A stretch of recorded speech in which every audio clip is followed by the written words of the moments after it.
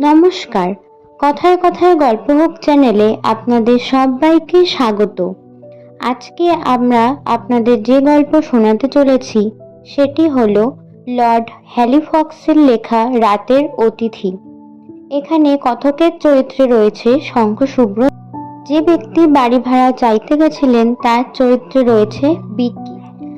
বাড়ির মহিলার চরিত্রে রয়েছে শাশ্বতী। চলুন শুরু করা যাক। ফিলিমোর গার্ডেন্সের এ রাতের খাওয়ার পাট চুকিয়ে ভদ্রলোক যখন বাসায় ফিরছিলেন তখন বেশ রাত হয়েছে। 11টা অনেকক্ষণ আগেই বেজে গিয়েছে। ঘড়ির কাঁটা 12টার কাছাকাছি। গার্ডেন্স থেকে বেরিয়ে একটা ছোট্ট রাস্তা এসে পড়লেন ভদ্রলোক। রাস্তাটার নাম বোধহয় ফিলিমোর স্ট্রিট। এত রাতের রাস্তায় লোক চলাচল প্রায় বন্ধ হয়ে গেছে। বলতে গেলে ভদ্রলোক রাস্তায় প্রায় একা। অবশ্য একেবারে বন্ধ হয়ে যায়নি। সামনে কিছু দূরে এক ভদ্র মহিলা যাচ্ছেন, আরও খানিকটা দূরে যাচ্ছেন এক ভদ্রলোক। ব্যাস, রাস্তায় আর জনমানব নেই। দূরের ভদ্রলোক যাচ্ছেন অত্যন্ত ধীর গতিতে। তার তুলনায় অবশ্য ভদ্র মহিলা গতি অনেক বেশি, ফলে কিছুক্ষণের মধ্যে মহিলা তাকে পেরিয়ে গেলেন। সামনে এগিয়ে ভদ্রলোকের দিকে ঘুরে একবার যেই তাকালো মহিলা, সঙ্গে সঙ্গে একটা আত্মচিৎকার বেরিয়ে এলো মহিলার কণ্ঠ থেকে।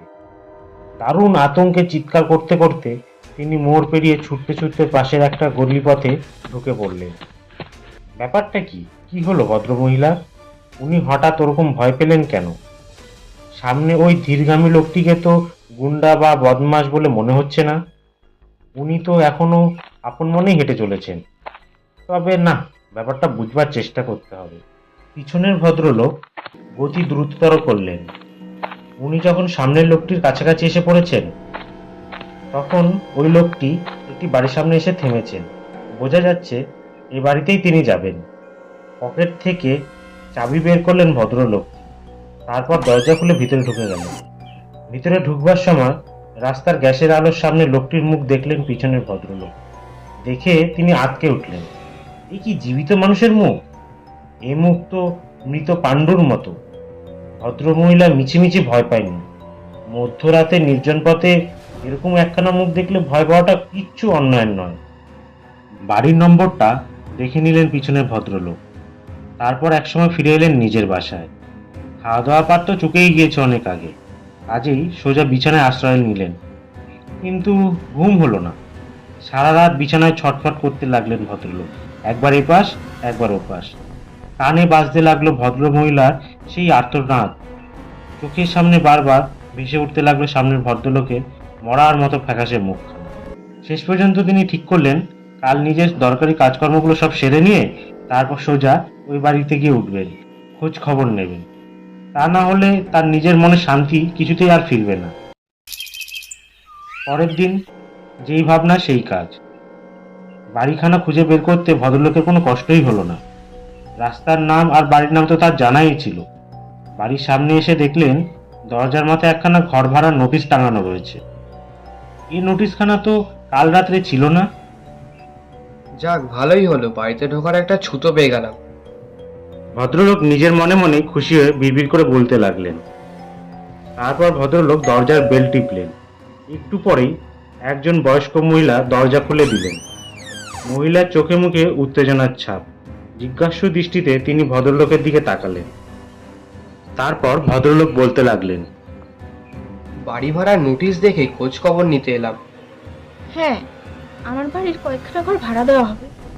ভদ্রলোক ভদ্রমহিলাকে বিনয়ের স্বরে জিজ্ঞাসা করলেন, ঘরগুলোকে একটু দেখতে পারি? নিশ্চয়ই পারেন, তবে আপনি দয়া করে আর কয়েকটা দিন পরে আসুন। এই মুহূর্তে ঘরগুলো দেখাতে একটু অসুবিধা রয়েছে। দেখুন, আমি লন্ডন ছেড়ে একটু বাইরে যাচ্ছি, কিন্তু যাওয়ার আগেই আমি ঘরের ব্যবস্থাটা পাকা করে যেতে চাই। ঘরগুলো না দেখে সেটা সম্ভব নয়। আমার একটু তাড়া রয়েছে।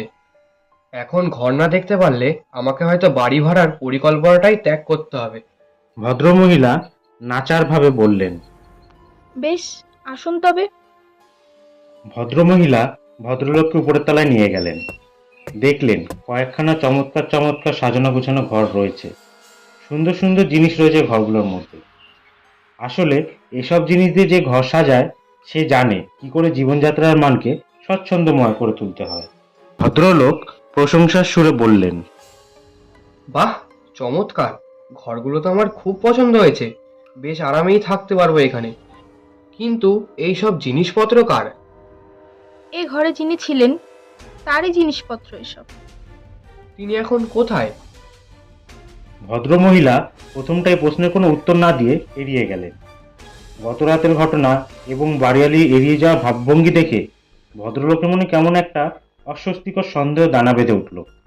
তিনি একটু কড়া গলায় আবার জিজ্ঞাসা করলেন ভদ্রমহিলাকে। বলুন, আপনার আগেকার ভাড়াটে কোথায়? শেষ পর্যন্ত থতমত খেয়ে ভদ্রমহিলা ভেঙে পড়লেন এবং কান্না ভেজা ভেজা গলায় বললেন, বলবো মশাই, আপনাকে সব কথা খুলেই বলবো। এই ফ্ল্যাটের ভাড়াটিয়া একজন সত্যিকারের ভদ্রলোক ছিলেন। তিনি অনেক বছর এই বাড়িতে ছিলেন। ওর আচার ব্যবহার যেমন চমৎকার ছিল, তেমনি আমিও আমার পক্ষে যতদূর সম্ভব ওর স্বচ্ছন্দের জন্য ব্যবস্থা করতে ত্রুটি করিনি। বছরের এই সময়টা ভদ্রলোক এখানে থাকতেন না, প্রতি বছরই মন্টে কার্লোতে যেতেন। এবারেও গিয়েছিলেন প্রায় মাসখানেক আগে। আজ সকাল 8টায় একখানা টেলিগ্রাম পেয়েছি। তা থেকে জানতে পারলাম আমার ভাড়াটিয়াকে গুলিবিদ্ধ অবস্থায় হোটেলে একখানা ঘরে পাওয়া গিয়েছে। ভদ্রলোক বোধহয় আত্মহত্যা করেছেন, কেননা মৃতদেহের হাতে একটা পিস্তল ছিল। গুলি মাথা ভেদ করে যাওয়ায় ভদ্রলোকের মৃত্যু হয়েছে। এই দুর্ভাগ্যজনক ঘটনাটা ঘটেছে গতকাল রাত প্রায় 12:15 নাগাদ। হ্যাঁ, গতকাল রাতেই ঠিক এই সময়ে আমি মৃত ব্যক্তিকে এই বাড়িতে ঢুকতে দেখেছিলাম। প্রয়াত মানুষটির আত্মা কি তার প্রিয় বাসভূমির মায়া ত্যাগ করতে পারেনি? আচ্ছা, আপনারা বলুন তো, ভদ্রলোকের এই প্রশ্নের উত্তর কে দেবে, কিংবা সেই প্রশ্নের উত্তর সে কোথায় খুঁজে পাবে? যদি গল্পটি আপনাদের ভালো লেগে থাকে তাহলে অবশ্যই একটা লাইক, কমেন্ট, শেয়ার করে আমাদের পাশে থাকবেন এবং আরো নতুন নতুন গল্প পেতে চ্যানেলটিকে অবশ্যই সাবস্ক্রাইব করে দেবেন। ধন্যবাদ।